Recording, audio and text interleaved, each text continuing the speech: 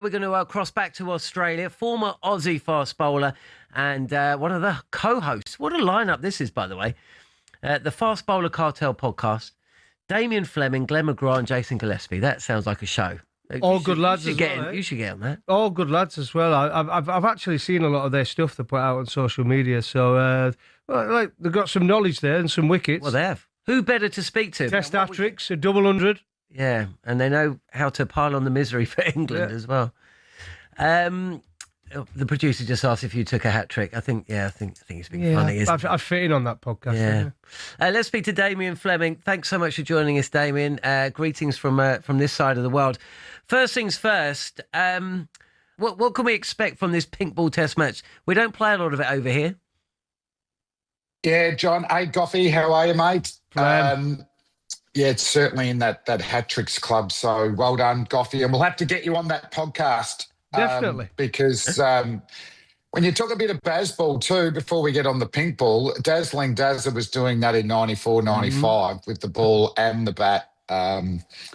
Great 50 over there, down there in Sydney. But yeah, the pink ball, it's funny with Joe Root, talking about whether we need it. And, I mean, that is debatable with Ashes series because the crowds here and in England are just absolutely packed. But non-Ashes years, the pink ball test match, probably gets the best crowd. And then at night on TV, the pink ball just looks absolutely sensational.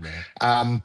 The interesting one will be at the Gabba, just with the humid conditions, whether there's rain around and how much that pink ball will do. Probably do more than it does in Adelaide, whereas in Adelaide, Damien Hoff, the curator he gets the pitch length really correct.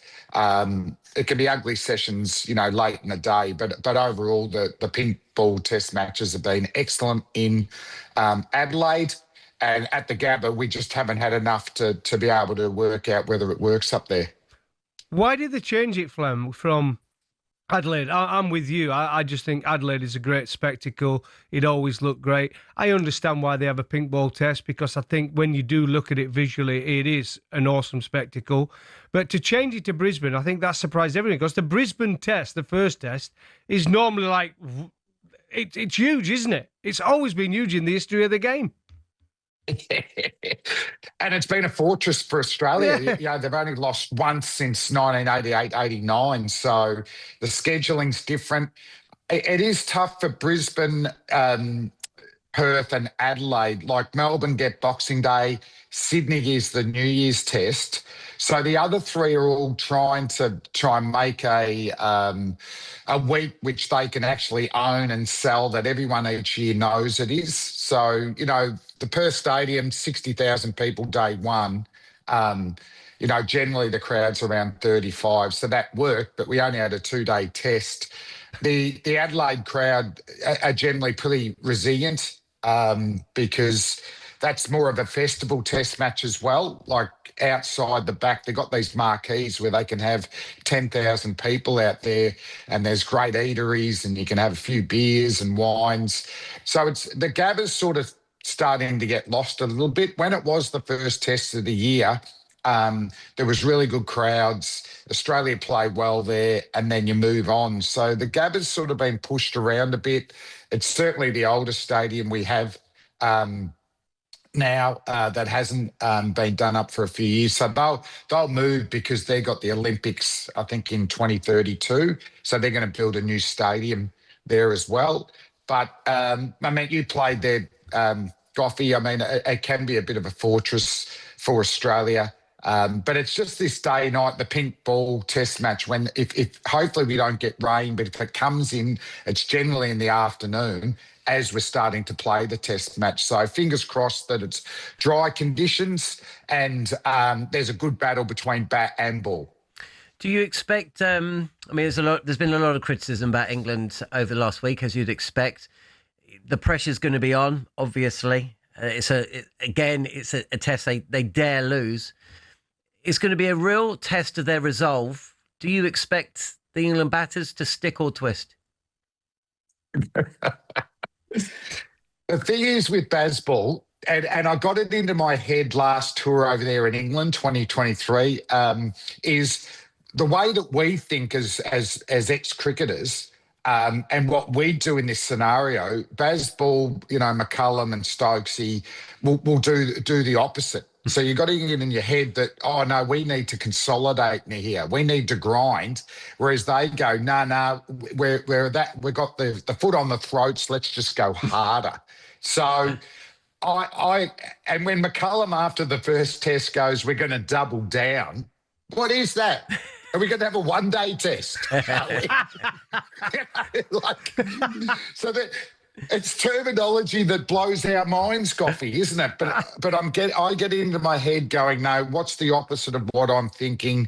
And it was disappointing because how well did England bowl in that first innings, day one? And they worried me because they started to use words like unrelenting.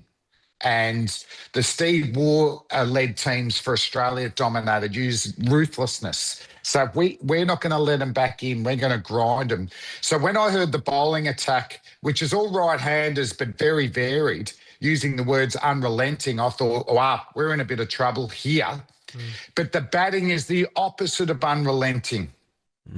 You could call it soft, unaccountable, brilliant, but not predictable. So, I'd like to see, if I'm England, I'd like to see a little bit of that unrelenting coming into their batting, because that, for me, that was an unlosable test match. They got themselves that ahead of the game. They should have won that. So let's see if they get into that position again, the way they would play. But, yeah, I mean, they talk about no negativity around the group, but that's okay for senior players. But for the players that are just trying to emerge into this team and emerge as a test cricketer, do you have that deep-seated belief in your own game? And when they say just back yourself, when you're a young cricketer, what does it mean? When you're winning, it works, right? I mean, but look, sometimes you have to dig deep. I think Australia had to dig deep. They were behind on first innings, and they dug deep, bowled well, and the way they came out batting, they changed the way they planned. They tried to change the momentum. They took England off their plans. England started to bowl short, which was too late because Travis Head then was in. And we've all seen when he gets in, he makes the short ball look easy. He backs away, uses his feet, he's got great eyes, and he cuts it or he gets inside it and he flips it. So you've got to get the plans right to all these players, and the preparation for me was off. They needed more game time, and it'll be interesting now what Australia do come Brisbane. I think they might make a couple of changes. I think Khawaja definitely will play, but I think they might make a couple of changes, Australia. And also, I found it funny that they only sent a couple of younger boys to the Prime Minister's 11, which was a 2-day pink ball test. And for me, I don't know why Bazball didn't play in that, because they're acclimatised to 2-day cricket, aren't they? Well, they did win. But it would have been a waste of time sending them, wouldn't it? Because Australia battered on the first day under the lights, and England had won in the second day, so hardly battered under the lights anyway. Yeah. I was just trying to gag there, Goughy. I know. I get it. But I get your humour. But backing up, I'd actually go. I would keep Travis Head opening if I'm Australia. The opening slot has been a real concern for since Warner retired. But even Dave Warner's last couple of years were nowhere near his peak. And I think Head knows Weatherall really well. And Weatherall's a stroke player as well. And there's no doubt that gave him a lot of confidence in that second innings batting with Trav. And then it gets the opportunity. They're a big fan of Josh Inglis. Me too. The Australian staff. And we already know that Bo Webster is a very solid test cricketer. Didn't look overawed at all in his short career. So I'm thinking that, and maybe a big in could be Pat Cummins. He hasn't been named, but they're going to give him till the last minute. You put Cummins with a pink ball up at the Gabba, that's just another component that Bazball will have to get over. Flem, we spoke with Rob Crash Craddock, and he said there was a sense of anticlimax after the 2-day win. Obviously Australia pleased to have won the game, but after all the build-up and the hope to see, I suppose, a 2005 Ashes or even a 2023 Ashes, but one in Australia, he was saying he hasn't seen a close Ashes series. Was there any deflation, any sense of deflation within the Fast Bowler Cartel podcast or within the radio commentary that you're part of? Well, we got Mitch Stark on the fast bowling cartel, so no, there wasn't any down there. No, I still think it is so busy at the moment, and sorry I haven't got on before with functions, and so no, it's still buzzing, and Bazball's got everyone talking. So as long as they can have a strong performance in the second test, they have to get confidence that. At virtually a 1 for 100 at lunch on day 2, they were ahead of the game. So their best can win, but can they be consistent enough to do it over? I can't see it going 5 days, but to be able to win a test match here and they'll be alive. So, I'd say that it's still, even though Australia 1-0 and it was a disappointing loss for England, the interest, the chat about Bazball is still at its peak. So if England were able to really play well and win this test match, I think there would be that buzz back to 2005. As you said, even last series was a wonderful series, wasn't it? 2023. And physically, what I see there's no reason why they can't, because they got into that winning position. Wood's out. But, we saw Potts or Tongue, whoever they play, they should bowl well in Australian conditions. But the big one for me is, Brooke, threw it away. But him and Smith look really good players. I can see them doing some damage in Australia.